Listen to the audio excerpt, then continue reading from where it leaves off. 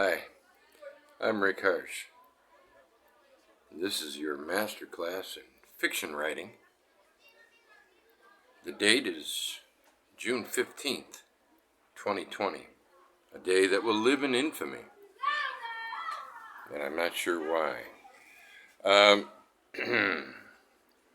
I took notes today, and the only other time I've taken notes is when I've answered questions from readers, viewers, critics, malcontents, pirates, Byzantines, Ottomans, raiders from the sea people, the lost sea people, nomads, Vlachs, Morlocks, and cowboys. But, today I took notes because the question I answered in two long, excessively long lessons yesterday was will you do a video on how to make a living as an independent writer? And I just said I did two videos on being an independent writer. I didn't touch on the making a living, except in that it's sort of embedded in what it is to be an independent writer. But today I thought, let's take some notes and actually fully address that question. How to make a living as an independent writer? Well, the easiest answer is good luck. But that's not the only answer. One answer is connected to the write what you know myth. It's kind of a weird one. Write what you know. Well, you're kind of doing that no matter what you write. You're aware, you're a sentient being, and you're writing, so you are, in effect, writing what you know. But I think they mean, like, if you are a shoe store clerk, write about shoe store clerks.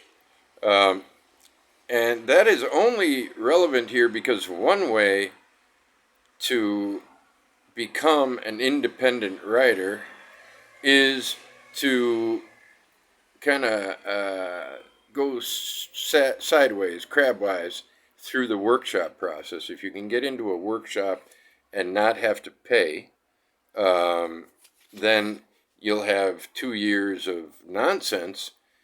But the problem is a lot of people come out of those workshops and then they work in workshops, they teach in workshops, they write about universities, and when they write what they know, it's just stale bullshit.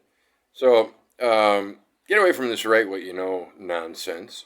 It applies when it applies, it doesn't when it doesn't. If you've had a lot of experience as an engineer on a train, it wouldn't be surprising if in your vast novel of Americana, trains play a part and you have some expert knowledge and some fancy train words to throw in.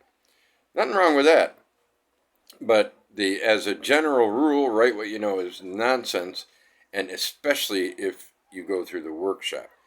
But if you do get in and out of a workshop, you have an MFA, and if you can stomach it, you might be able to get a job teaching at a university that allows you to work very, very little. And I would advise you to work very, very little. You read what the students write. Don't tell them much. Just give them general thoughts and let them know that you're no better than anybody else. And, eventually every good writer figures things out on their own. And, don't be humble and set aside most of your time for reading and writing. Be generous to your students, but don't become an academic and a workshop person. Get a place. You'll be having a good salary. Get a place out of town, and as far out as you can. Well, no, you don't want to drive too much, but get just find a nice place to be and be comfortable, and that's one way. But it's not the best way. Best way to do it is the way I did it. But I didn't know it at the time. I was lucky. I got a job as a security guard at a power plant on the south end of an island in the middle of the Mississippi River, at the north, or well, mid Lacrosse. I had to. It took a half hour to get there. I had to walk 2 miles. I had to cross a railroad swing bridge. See my railroad knowledge? I know what a swing bridge is because I crossed one every day twice. And you had. Luckily, it was a narrow river feeding a feeder river into the Mississippi, and so it wasn't that long because there was no governing the traffic. If a train was coming and you were there, you'd have to jump off the bridge. And that never happened because you usually could hear a train if it was coming. But I wrote my first novel working there. I read Moby Dick for the first time working there. And that's the perfect job, a job that pays, well, at that time it paid more than most security jobs pay now if you don't carry a gun. And I certainly didn't. I just had to make 5 rounds a night and just make sure that nothing was on fire. There was a fire once, and I thought, oh, fuck, what am I supposed to do? I called the fire department, and that seemed to be the best thing to do. Anyway, a job like that is perfect. Another job I had was taxi driving, and it was so exhausting that I could work 3 nights, 12-hour shifts, and have 2 days to recover and 2 days to write, but I never wrote. So what I ended up doing was saving money, working for a year or half a year, depending, and then writing, taking some months off to write. And I'd write a novel and then go back to driving a taxi. That worked. Most of you probably have, if you have a job, you have a draining sort of job. And my advice is try to get out of it. Try to cut down on it.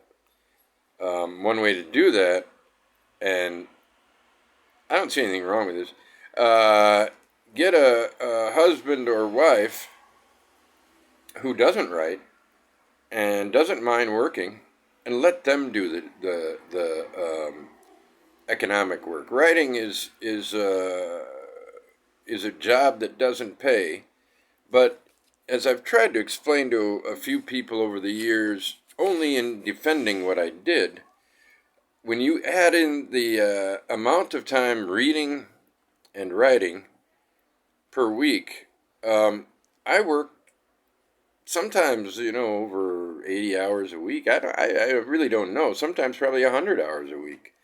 Sometimes maybe 5. But it's just unpaid work. In a society, this 21st century, there ought to be in society stipends, livable stipends for people in the arts.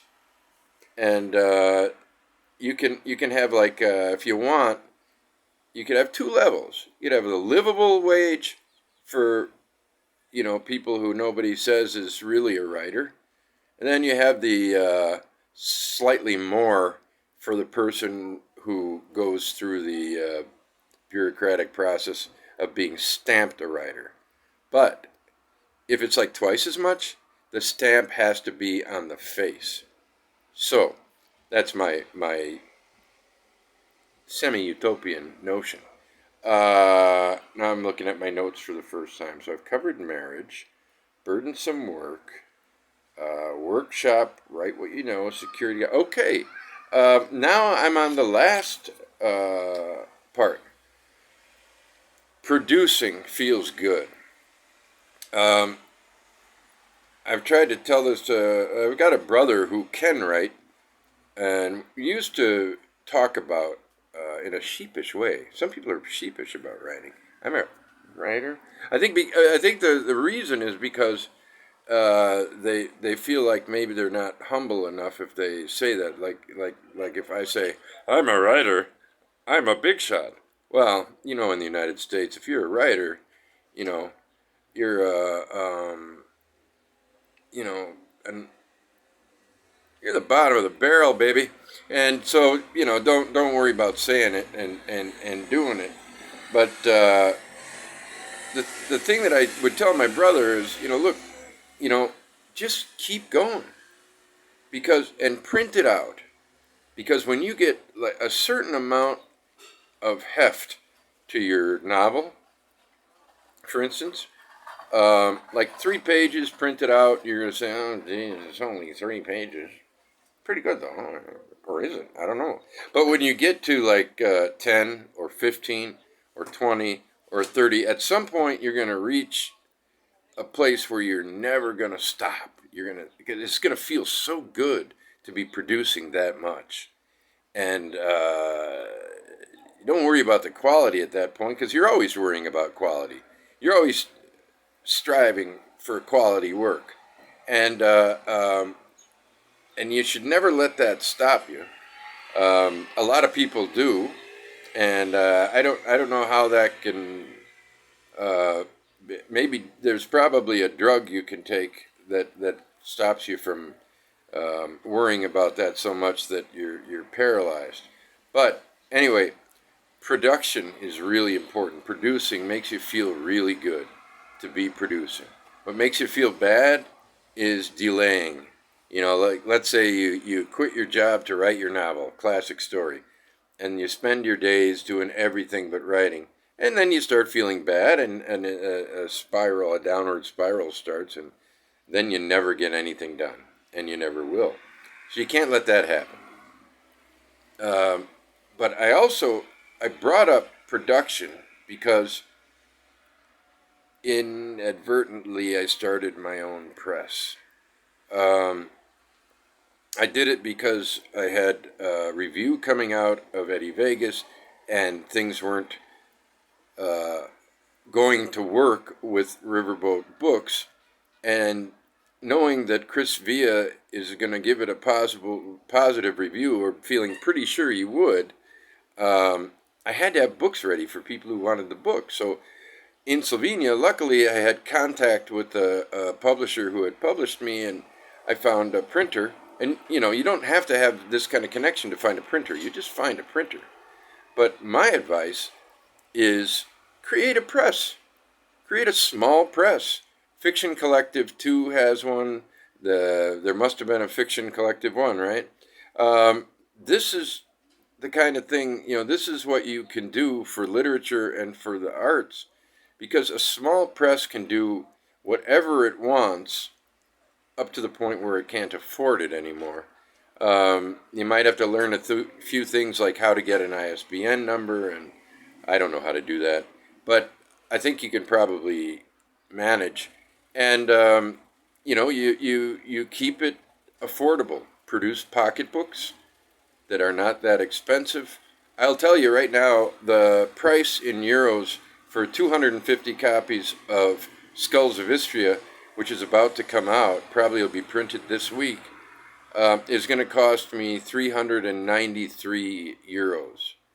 And so they'll sell for 10, which is a reasonably good price. It's a beautiful book. This printer is very good. And I'm not going to get rich. And I'll be lucky if I sell enough to pay the costs. But maybe with the Vardaman book and the Skulls of Istria, it'll be enough to pay for one more book.